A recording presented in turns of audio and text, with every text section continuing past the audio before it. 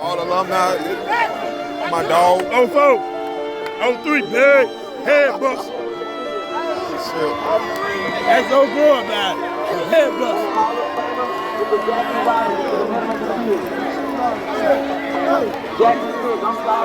Everybody that played.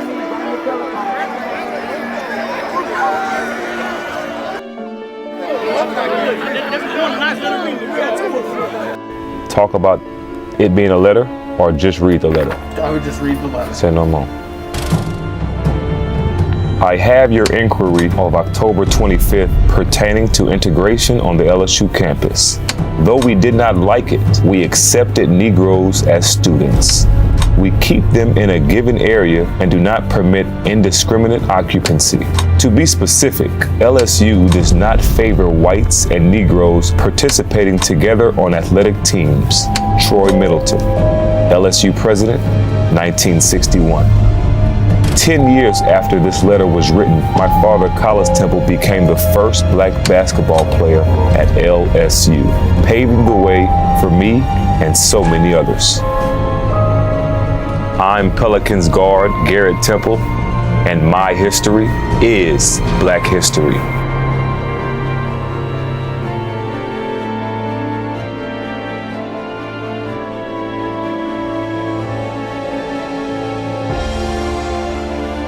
Along the walls in the halls of LSU, you will find the Temple name.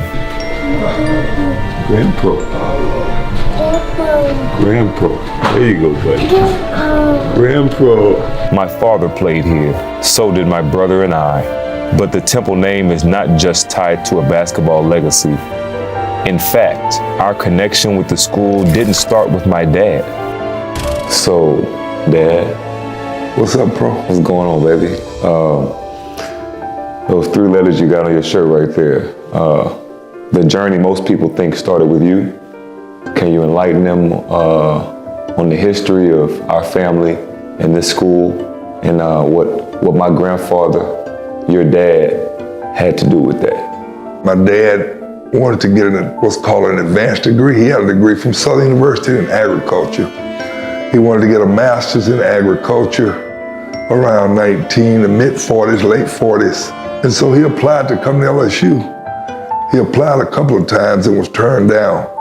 And then he ended up challenging the system in a class action suit involving the likes of Attorney Thurgood Marshall. They pushed an issue that said, well, since you're receiving this federal money, you need to allow anybody to go to school, whether you're black, white, or polka dot, for the most part. Right. So the legislature in Louisiana allocated and appropriated funds. So he ended up accepting the money to go to Michigan State. And so Louisiana paid his fees to go to Michigan State. And then about 12 or 13 years after he finished and was a high school principal, the governor of Louisiana, John McKesson, came to Kentwood to discuss me coming to LSU and integrating LSU. That was in 1969. I was 16 years old, a senior in high school at Kentwood High. Louder, louder, freedom. What do we want now? Freedom, freedom, freedom. When you talk about the 60s in general, it was a time of major time of social unrest. All over the country, there was a lot of social unrest. And of course, there was a backlash as a result of this stuff in the South, and it caused a lot of consternation for a lot of people. So I've heard stories about your first few weekends at LSU, your time at LSU. What was your thought process after you decided that you were going to go there, come here, I should say, and take us through your mind and what you were going through mentally, getting ready to come here, and then while you were on campus here, the things that you had to go through and how that took a toll on you mentally, or you know, what you were thinking while that was going on? You know, athletics has done a tremendous amount to salvage a lot of negativity in this country. The schools did not fully integrate in Louisiana until I was a senior. So I was a freshman And these guys had never really engaged with a black athlete or black person, socially or athletically. There was always a bit of posturing that had to take place. It's not like you just like all the other athletes, you just get a tray and go sit down wherever you want to sit down with anybody.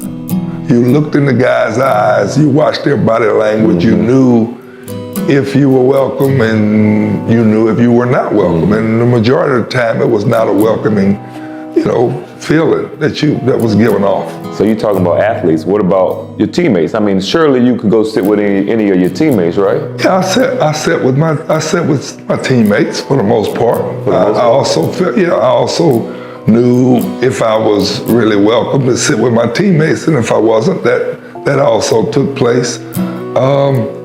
Just a routine daily activity of daily life as a student or a student athlete. You walk across the campus and people are yelling certain epitaphs, calling you, who is that nigga, who is that coon, what's that guy doing here? And you just basically continue to walk and act like they weren't referring to you. At one time, I was called nigga by 2 different instructors who I had to take classes from. That was pretty challenging. Did you ever come close to quitting? After my sophomore year, when a man named Dale Brown came, I went to Dale Brown's office to tell Dale Brown I was going to transfer. But I couldn't get it out. I couldn't tell him that I was going to transfer. So I told him that I wanted to redshirt. I told him I wanted a red shirt. And he asked me if I was crazy. And I was like, well, no, I'm not crazy. He said, you can out-jump everybody we got, and you can outrun everybody we got, and you can probably outplay everybody on the team. And you're asking me about red shirting? You're not gonna red shirt. In fact, about it, you're gonna be the captain of the team. And I'm like, you really put me in a bind now, coach. Right. I mean, I'm playing with guys who, for the most part, some guys who don't really want to pass me the ball. They don't want to really be on the team with me, and that's tough within itself. And now you're gonna tell me I'm gonna lead these guys. It's tough leading a guy who doesn't want to necessarily play with you. This is 1970. We're 52 years removed. 52 years removed. The starting lineup for LSU right now is all black. 2 of your sons went to school here. When we went to the Final Four, our starting lineup was all black.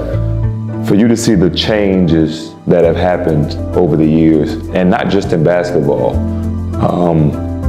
throughout, in LSU in general as a university, with obviously the first black president being named to the university. You were the one who did the nomination. Thus hereby select Dr. Tate as the next LSU president. How does that make you feel to be able to see things change, and where do you think we are in terms of race relations here at LSU? I think that tremendous strides have been made at LSU. I think that tremendous strides have been made as it relates to enhancing higher education and involving people of color.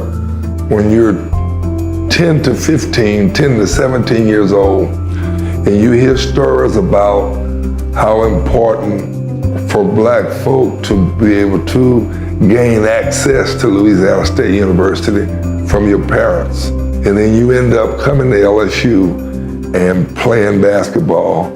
And after my personal experiences over a 4 or 5 year period of time with LSU, intimately as it relates to athletics and academics, and to see and be sitting and be able to be sane and sober and experience being a part of naming this man the president of LSU in 2021, I was thinking about what my dad would think.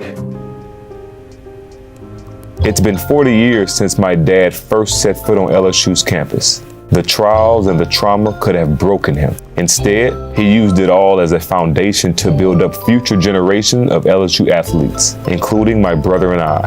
I just want to say that I'm extremely proud of what you're doing and what you've accomplished. And I tell people from time to time when they ask me, people always want to say, okay, who's the best player? Who's the greatest player? Who did this? Who did that? And I think that all of those things are well and good, but the way you carry yourself and the way you embrace life and the way you take care of your family and the way you are focused about the important things in life is it's like heartwarming to me.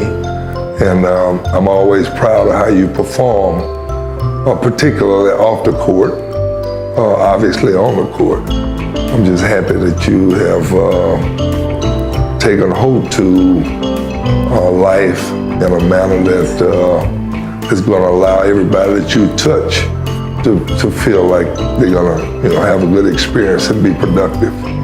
Appreciate you. Got it from you, baby. His pride in me could never compare to how in awe I am of him for what he endured and the legacy he left behind. Thank you, Dad, for paving the way and serving as a living reminder of how far we've come and how much farther we have to go.